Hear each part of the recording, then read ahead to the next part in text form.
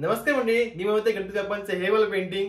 तर मागच्या व्हिडिओमध्ये आपण हे पेंटिंगची आउटलाईन बनवली होती आणि ह्या व्हिडिओमध्ये आपण याला कलर करणार आहोत. कलर करण्यासाठी पेपर होतोय ॲक्रिलिक मीडियम. आणि आता सगळ्यात पहिले मटेरियल जाणून घेऊयात, त्यानंतर पेंटिंगला सुरुवात करूयात.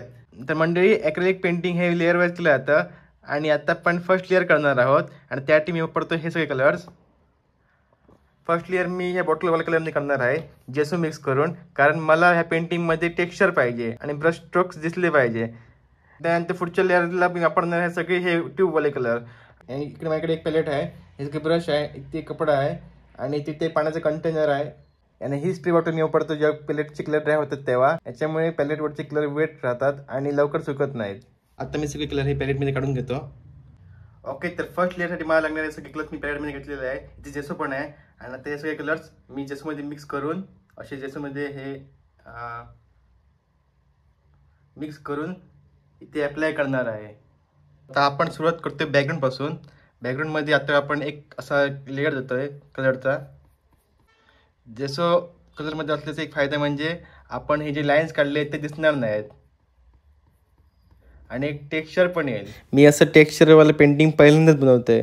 मी अशा प्रकारचे पेंटिंग्स आर्ट गॅलरीमध्ये बघितले होते, तेव्हा ते मला खूप आवडले होते. मी एक सेल्फ टॉट आर्टिस्ट आहे. आर्टिस्ट म्हणण्यापेक्षा एक स्टुडंटच आहे. मी जे पण काही शिकलो आहे ते यूट्यूबवरून, ऑनलाईन वर्कशॉपमधून आणि माझ्या मित्रांकडून.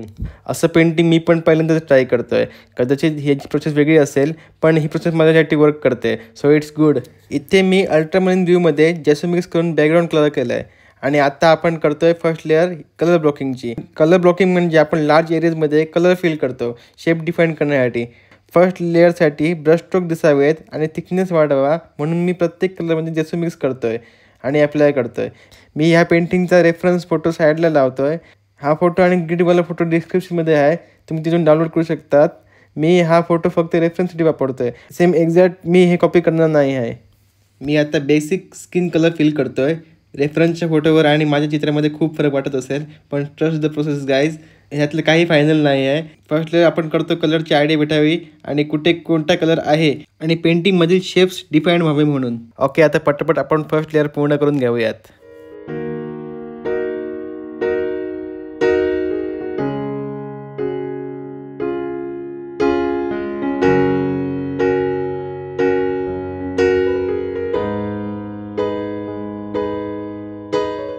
इथे मी फरचा टेक्स्चर मिळावा म्हणून ब्रशमध्ये कलर घेऊन फक्त टॅप करतोय.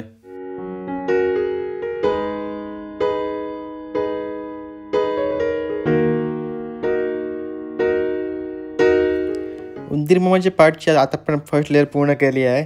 आता अजून काही शेप्स आपले फिल करायचे राहिले आहेत, त्यात आपण लगेच फिल करून घेऊयात.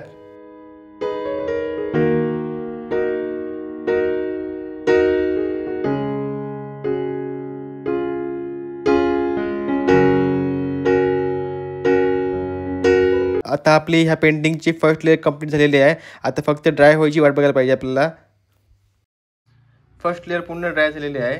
आता आपण याच्यावर नेक्स्ट लेअर करतोय. फर्स्ट लेअरवरती काय डिटेलिंग नसतं, फक्त कलर फिलिंग असतं. आता हळूहळू याच्यावरती आता डिटेलिंग वाढत जाणार. चला एन्जॉय करू प्रोसेस. नेक्स्ट लेअरसाठी मी हे ट्यूबवाले आर्टिस्ट ॲक्रिलिक कलर्स वापरणार आहे. हे घेतल्यापासून मी त्या बॉटलच्या कलर्सना हात लावला नव्हता म्हणून ते फर्स्ट लेअरला वापरले, बट इट्स कम्प्लिटली ऑप्शनल.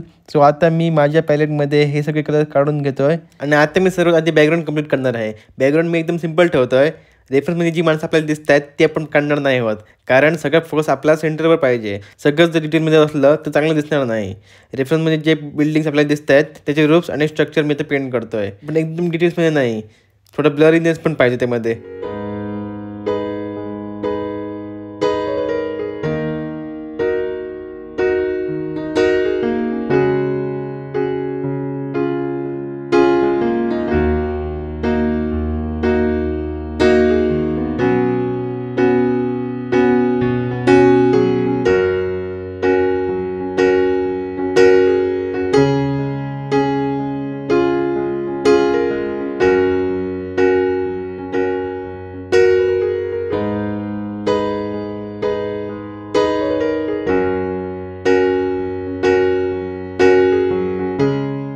बाप्पाची मागून जी लाईट येते त्यासाठी मी वापरतोय व्हाईटमध्ये येलो ऑर्कर कलर आणि ते मिक्स करून मी अप्लाय करतोय आणि हा लाईटचा इफेक्ट भेटतो आपल्याला.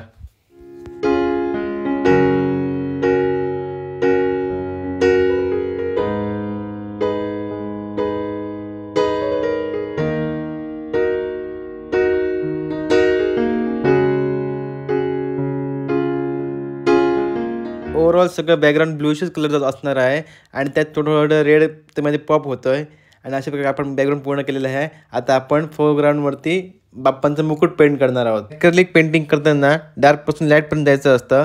तर आधी मी मुकुटचं डार्क पार्ट कंप्लीट करतो आहे आणि हळूहळू त्यावरती डिटेल्स करणार आहे.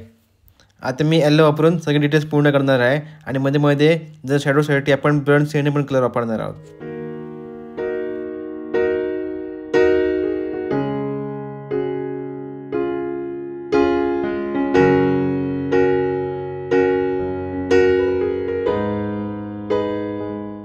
मुकुटावरती अजून काही डिटेल्स करणं बाकी आहे, पण आता मी ते करू शकत नाही कलर वेट असल्यामुळे. तर कलर ड्राय व्हायची वाट बघायची आणि आता आपण तोपर्यंत फेसवरती काम करूयात.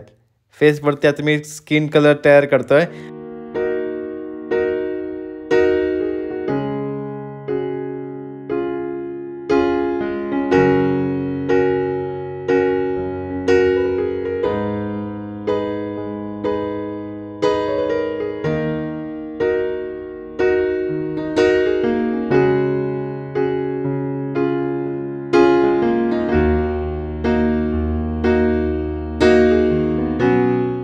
स्किनवर थोडं काम करून झालं आणि आता मी परत मुकुटाच्या डिटेल्सवर काम करतो आहे.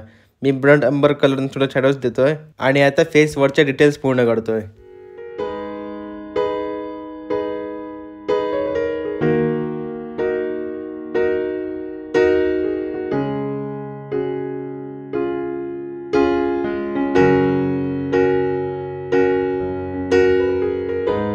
आत्ता आपण बाप्पांच्या आईज रंगवतोय. आईज रंगवताना आपल्याला थोडं केअरफुल राहायला पाहिजे. पण ॲक्रेलिक पेंटिंगचा एक फायदा आहे, आपण कितीही चुका केली तरी ते सुधारता येतात. ते किती वेळ पण सुधारता येतात. सो आपण आता ते ॲडजस्ट करणार आहोत बॅक अँड फोर्थ जाऊन. बाप्पांची आईज पूर्ण झालेले आहे. आता हे पेंटिंग खूप सुंदर दिसत आहे. आता आपण फेसवरती जिथे लाईट पडते आहे तिथे आपण लाईट कलर वापरूयात. स्किन कलर मी बनवला आहे रेड, येलो आणि व्हाईट कलर वापरून आणि त्यामध्ये आपल्याला जास्त डार्क पाहिजे तर मी ॲड करतो ब्राऊन आणि रेड आणि जास्त लाईट पाहिजे तर मी ॲड करतो व्हाईट आणि येलो. आणि आता आपण असेच कलर वापरून हा फेस पूर्ण करून घेऊया.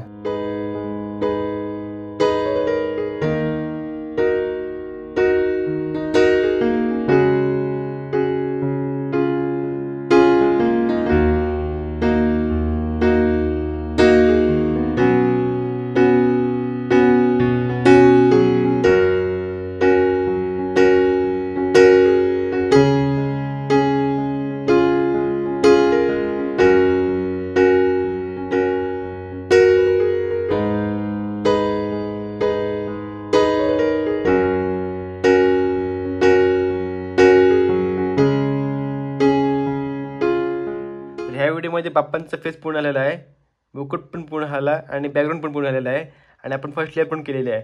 आता आपण बाकीचे डिटेल्स नेक्स्ट व्हिडिओमध्ये करणार आहोत.